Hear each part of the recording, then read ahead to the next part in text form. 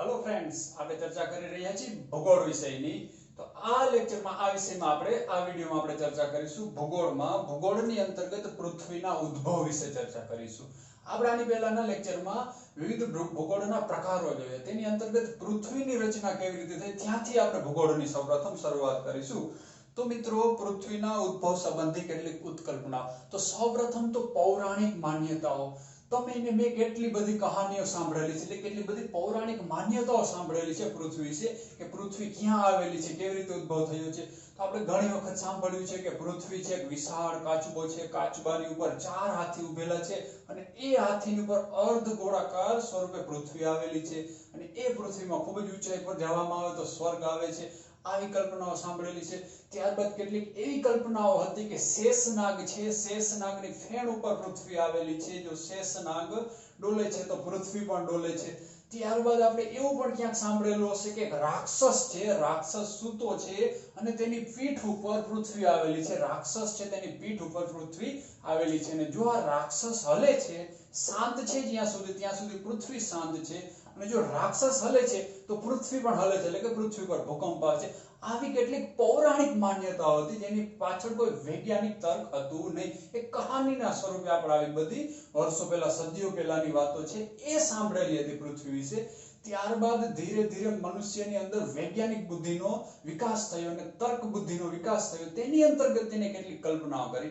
આ માન્યતાઓ હતી, માન્યતા બાદ વૈજ્ઞાનિક આધાર બિંદુ લઈને કેટલીક કલ્પનાઓ કરી, એટલે કે ત્યારબાદ પૃથ્વીના ઉદ્ભવ અંગે વિવિધ સિદ્ધાંતો અને તેમાં કેટલીક ઉત્કલ્પનાઓ વિશે વાત કરીશું, એટલે કે કેટલીક ઉત્કલ્પનાઓ કરવામાં, એટલે કે આ પણ એક પ્રકારની કલ્પનાઓ જ હતી, તેની પણ કોઈ સાબિતી નથી, એટલે કે પૃથ્વીના ઉદ્ભવ કેવી રીતે આ જ રીતે થયો કોઈ સાબિતી નથી, કલ્પનાઓ છે એને વિવિધ રીતે આધાર આપવામાં આવ્યા છે।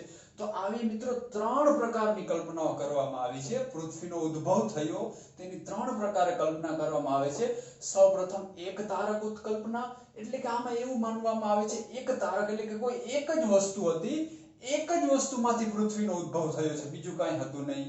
ત્યારબાદ એક વસ્તુ એટલે કે અહીં વાયુ હતા, કણો હતા, એમાંથી વાદળની રચના થાય છે, તેમાંથી પૃથ્વી બની જાય છે, કોઈ સાથે સંપર્ક થતો નથી કે કોઈનો પ્રભાવ તેની પર પડતો નથી, એટલે કે એક તારક એટલે કે એક જ વસ્તુ છે તેમાંથી નિર્માણ। ત્યારબાદ બીજી ઉત્કલ્પના હતી યુગ્મ તારક અથવા તો દ્વે તારક, યુગ્મ અથવા તો દ્વે એટલે કે બે વસ્તુની અહીં કલ્પના કરવામાં આવે છે, એટલે કે બે વસ્તુ છે એના સંપર્ક દ્વારા અથવા તો તેના અથડાવા દ્વારા પૃથ્વીની રચના થઈ હશે, એટલે કે બે વસ્તુની કલ્પના કરવામાં આવે તેને યુગ્મ તારક અથવા તો દ્વે તારક ઉત્કલ્પના કહેવામાં આવે છે।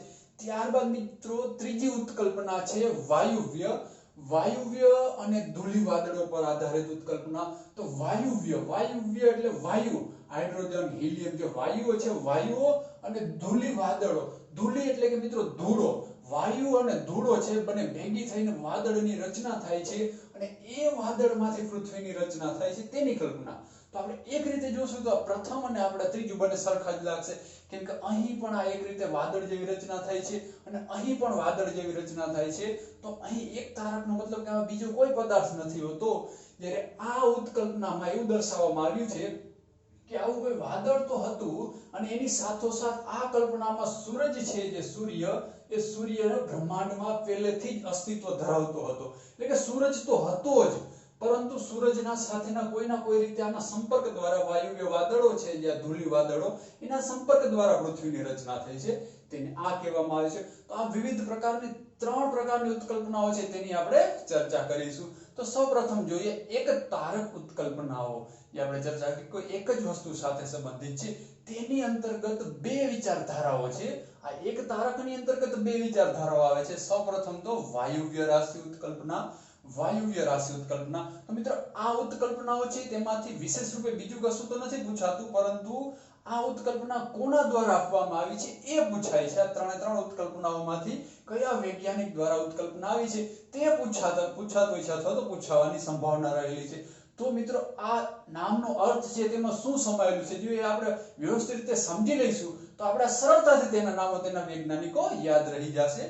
તો ઇમેન્યુઅલ કાન્ટ નામનો વૈજ્ઞાનિક હતો, ઇમેન્યુઅલ કાન્ટ નામનો, તેને 1755 માં કલ્પના કરી, એટલે કે 1755 થી આવી તર્કસંગત કેટલીક કલ્પનાઓ કરવામાં આવી છે જે ધીરે ધીરે આગળ વધે છે।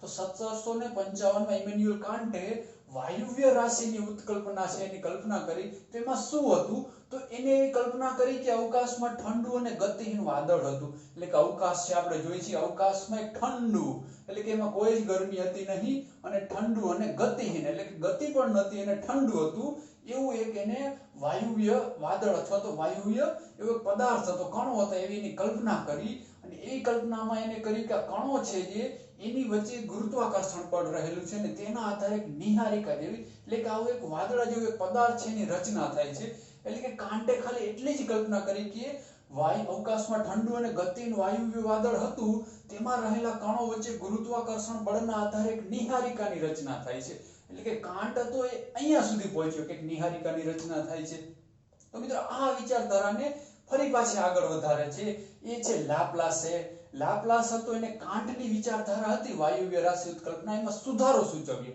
એને આગળ વધારે અને એમાં એને સુધારો સૂચવ્યો કાંટે જ્યાં પૂરું કર્યું હતું ત્યાંથી લાપ્લાસે શરૂઆત કરી એટલે કે લાપ્લાસનું કેવું હતું કે આવું નિહારિકા છે એ હતું જ એટલે કે વાયુવ્ય રાશિ ઉત્કલ્પનામાં સુધારો સૂચવ્યો જેમાં એને કહ્યું કે વાયુવ્ય અને ધ્રુવ્ય રાશિના આદિ પદાર્થમાંથી સૂર્ય અને ગ્રહોનો ઉદ્ભવ થયો એટલે કે જ્યાં કાંટે કીધું હતું કે આવું એક વાદળ જેવી એક નિહારિકા છે તો ત્યાં લાપ્લાસે કીધું કે નિહારિકા હતી તેમાં રહેલા કણો વચ્ચે ગુરુત્વાકર્ષણ બળ વધતું ગયું જોડાતા ગયા અને અથડામણ થતી ગઈ અને દૂર થતા ગયા અને તેમાંથી સૂર્ય અને ગ્રહોની રચના થઈ એક નિહારિકામાંથી એવી કલ્પના કરી લાપ્લાસે તો એવું પૂછાઈ શકે કે એક તારક ઉત્કલ્પના અંતર્ગત નિહારિકા વાદળ ઉત્કલ્પના કોને રજૂ કરી અથવા તો નિહારિકા વાદ કોને રજૂ કર્યો તો એ લાપ્લાસ દ્વારા રજૂ કરવામાં આવી તો મિત્રો આ વાત થઈ એક તારક ઉત્કલ્પનાની હવે આ જ વિચારધારાને આગળ વધારતા અથવા તો તેમાં સુધારો કરતા ભાગરૂપે યુગ્મ તારક અથવા તો દ્વૈતારક વિચારધારા અસ્તિત્વમાં આવી તો તેની અંતર્ગત જોઈએ જેમાં બે ઉત્કલ્પનાઓ હતી તેમ યુગ્મ તારક અથવા તો બે તારાઓમાં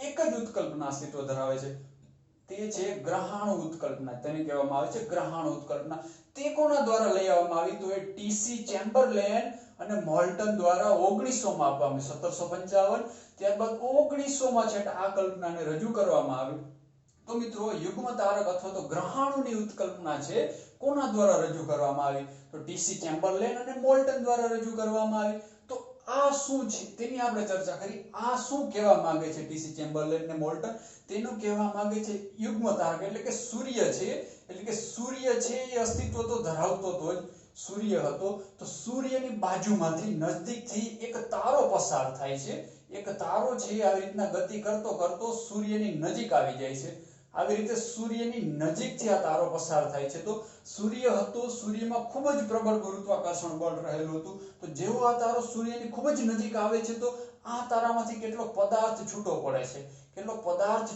છે અને સૂરજ તરફ આકર્ષિત થાય છે આ તારામાંથી ગુરુત્વાકર્ષણના બળના લીધે કેટલો પદાર્થ છૂટો પડી સૂરજ તરફ આકર્ષિત થાય છે આ તારો એની ગતિના ભાગરૂપે આગળ નીકળી જાય છે તો કેટલોક પદાર્થ આકર્ષિત થાય છે અને કેટલાક પદાર્થને ધક્કો લાગે છે ચુંબક છે જે આપણે ચુંબક છે બે સમાન ધ્રુવો સાથે આવે તો એમાં અપાકર્ષણ થાય છે તો એના ભાગરૂપે અહીં કેટલાકનું અપાકર્ષણ થાય છે એવા પદાર્થો દૂર ઉડી જાય છે એટલે કે બ્રહ્માંડમાં દૂર સુધી ફેલાઈ જાય છે ત્યારબાદ વિરુદ્ધ ધ્રુવો જેવી રીતે ચુંબકમાં ભેગા થાય તો આકર્ષણ થાય છે તો એવી જ રીતે અહીં કેટલાકમાં આકર્ષણ થયું સૂરજની તરફ નજીક આવ્યા અને ગુરુત્વાકર્ષણ બળના લીધે અને એ પદાર્થ હતો એનામાં સ્વયંમાં પણ કેટલું ગુરુત્વાકર્ષણ બળ હતું તો એના લીધે પોતાની ધરી પર ફરવા લાગ્યા અને સૂર્યના ગુરુત્વાકર્ષણ બળના લીધે પરિભ્રમણ કરવા લાગ્યા સૂરજનું તો આવી રીતે સૂરજ હતો તેમાંથી આવા ગ્રહો છે અને ઉપગ્રહો છે તેનું નિર્માણ થયું આવી કલ્પના કરી ટીસી ચેમ્બરલેન અને મોલ્ટન દ્વારા 1900 માં રજૂ કરવામાં આવી ત્યારબાદ મિત્રો આગળ વધતા કેટલાક વર્ષો બાદ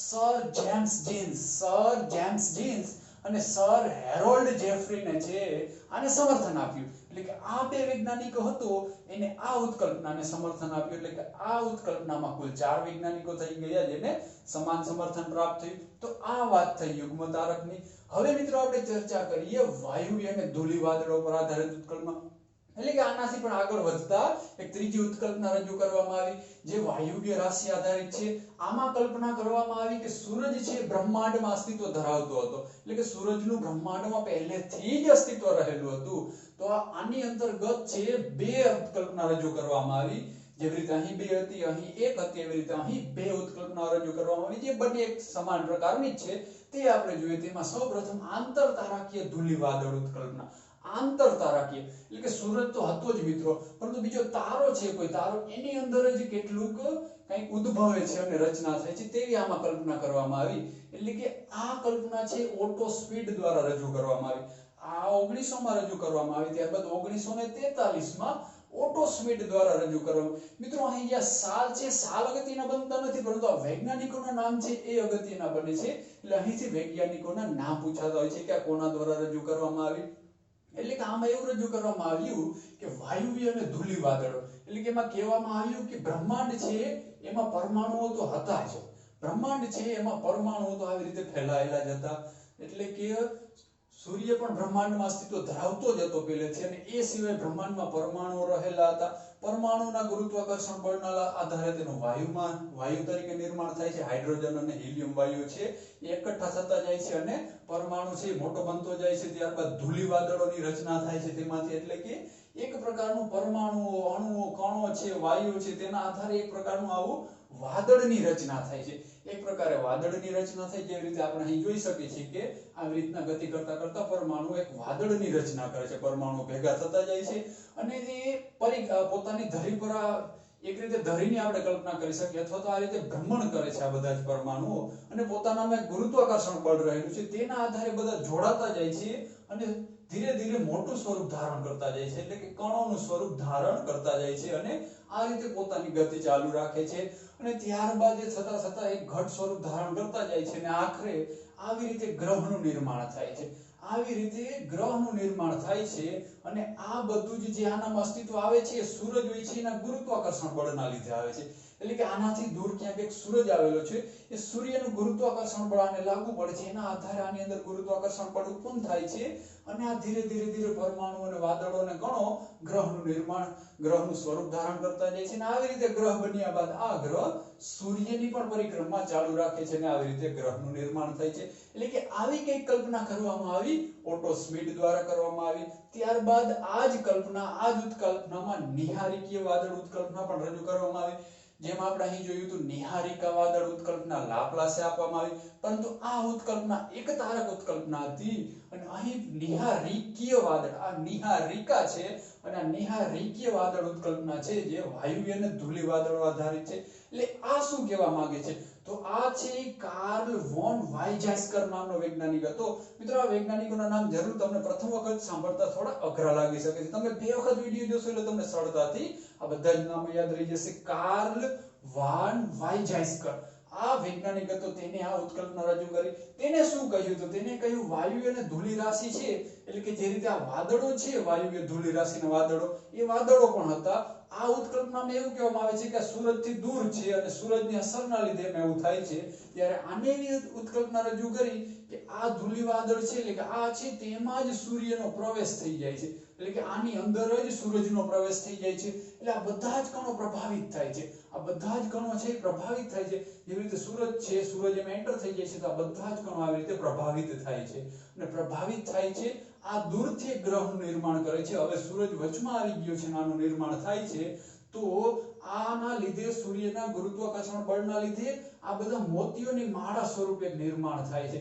એટલે જેવી રીતે મોતીઓથી રચેલી માળા હોય છે, માળા સ્વરૂપે સૂરજની ફરતે ગતિ કરવા લાગે છે. અને કેટલાક પદાર્થો છે સૂરજના ગુરુત્વાકર્ષણના બળના લીધે બ્રહ્માંડમાં દૂર ફેંકાઈ જાય છે, કેટલાક પરિક્રમા કરવા લાગે છે.